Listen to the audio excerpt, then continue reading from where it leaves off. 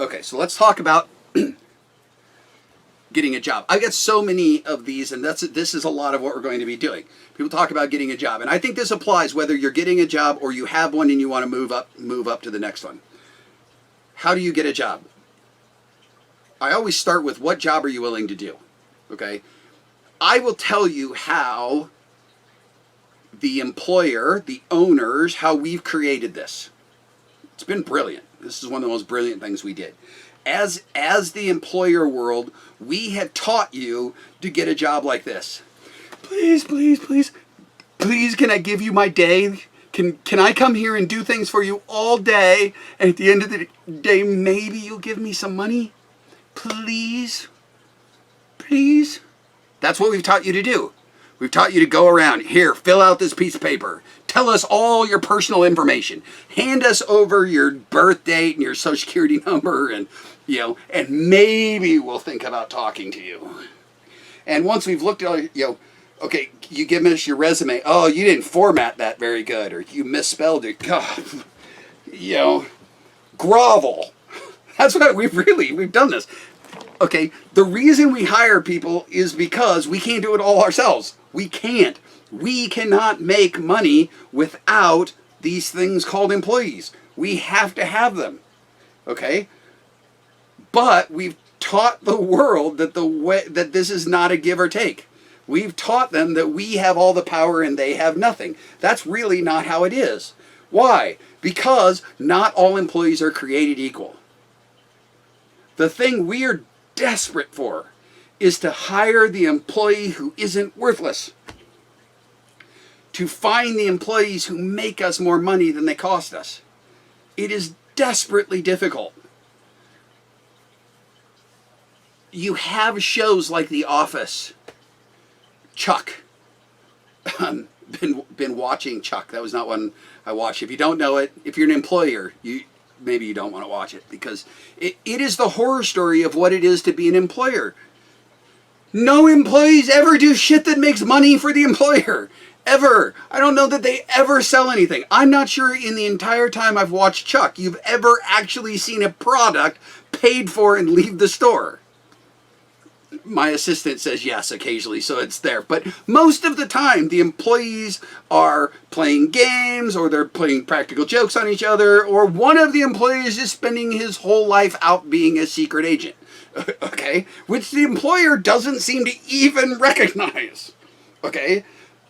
That the employer doesn't realize that a piece of their business has been taken over by the government to interact with their secret agents. This is what we as employers sitting in our office are just sure is going on. And how do we know it's going on? Well, because our shit is leaving all of the time. Okay? One of the business books, I should have grabbed it. One of the business books, I don't read a lot of business books. I get my business knowledge in multiple ways. I'm sure that'll come up at some point. But I do occasionally read a business book. One of the business books, the very first thing it says business employee rule number 1 is employee steal. And I've taken that on as my employee rule number 1. Business piece of information number 1 is employees steal. What percentage of employees steal? 100% of them. And it's funny because one of the guys I worked very close with, that drives him nuts. He didn't like that I say that at all. Part of it, though, is okay, you got to slow down and go, let's define theft. What's the number 1 thing employees steal? Time. Time is the number 1 thing they steal. Every time you look over and the person you're paying is doing this, am I paying you to update your Facebook status? Am I paying? No, I'm not. They're on their phone. They're constantly. The number 1 thing they take is time. And if you really want to see it, if you want to see a comparison, watch a Fortune 500 company that makes their money manufacturing stuff. because they understand that, and it is such, the numbers become so astronomically huge. If you're looking at Ford is the ultimate example, because Henry Ford is the one who really pioneered the concept of how we manufacture things today. He at least brought the ideas together. There's argument as to whether or not he invented it, but he was driven by the idea of manufacturing through the assembly process and specialization, and having people and specialize in a task. And a big piece of what he was trying to do is to manage time. Is to say, okay, the way we turn out the greatest number of Model Ts in a day is by making every person accomplish the greatest amount of work, and the person accomplishes the greatest amount of work if there's the least amount of dead time. Okay, so one of the things my consulting company does is we do time motion studies. So what a time motion study is if I'm doing it by myself, a time motion study looks like this. I have my stopwatch out, and I sit there all day watching stuff. And what I'm doing is I'm watching for people to repeat themselves. So I'm looking for employees who do something more than once. So let's say I'm at a restaurant. By the way, I kind of do this habitually now. Every place I go, I'm time motion studying. And so I'll be sitting in a restaurant and I'm watching the waiters and waitresses walk around.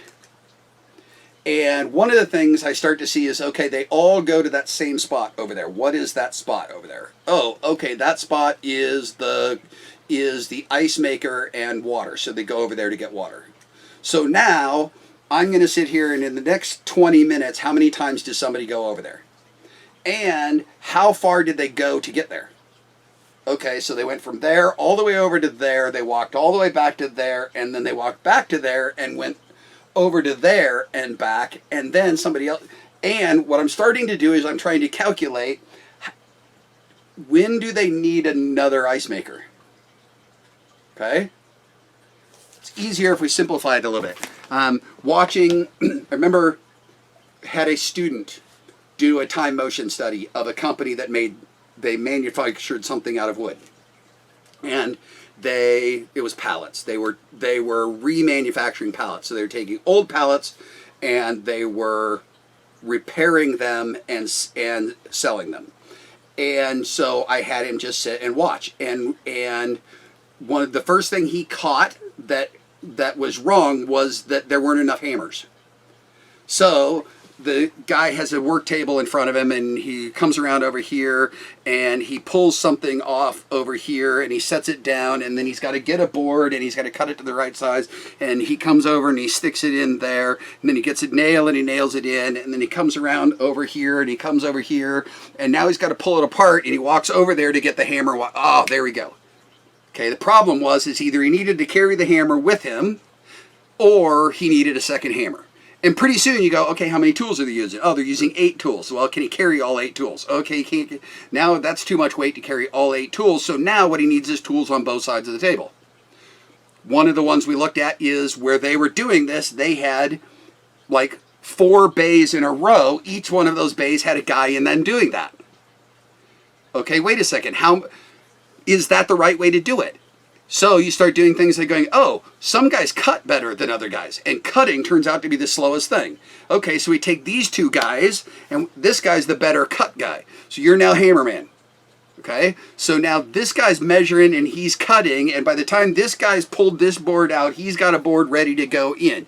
And he goes over there, and by the time he's pulled that board out, that one gets to go in. Now what you're looking for, and what we found very quickly, was that you took 2 guys and put them in the same room, and those 2 guys could make 3 pallets in the time it was taking the 2 guys to make 2 pallets. Okay, so now all of a sudden, and what did we also just do? Oh, we just opened up another bay. And that bay doesn't need 1 person, it needs 2 people.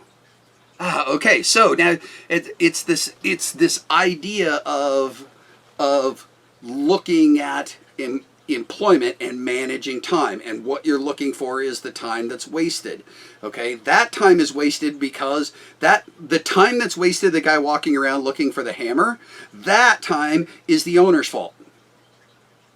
Okay, because it's on the owner to figure this out, to figure out the best way to do it, or to have somebody who figures out the best way to do it, or whatever. Okay? But as we looked at the process, there were other issues. Okay? One of them is this whole operation was outside. Well, this time of year it's cold. They had little covered bays, but if you looked at the number of pallets they made that they produced in winter months versus summer months, they made dramatically less in the wintertime. Why? Well, because all of the scraps that were being cut off of everything were being dumped into a barrel outside, and every guy had to stop to warm up for X amount of time just to stay able to keep working. Okay? What's the value of that? Well, why are they outside? Well, they're outside because renting a building's too expensive. I said, are you sure? Okay, now's where they put the time motion study into things. You start going, okay, how many can the guys make? What's the time being lost? All that. Very quickly, it became obvious that they were losing, among the 4 guys they had, they were easily losing $3,000 a month in production because of stopping to warm up. You get all of that time back by renting a $2,000 a month building. Okay? All of those are times that are on the management or on the owner side of things.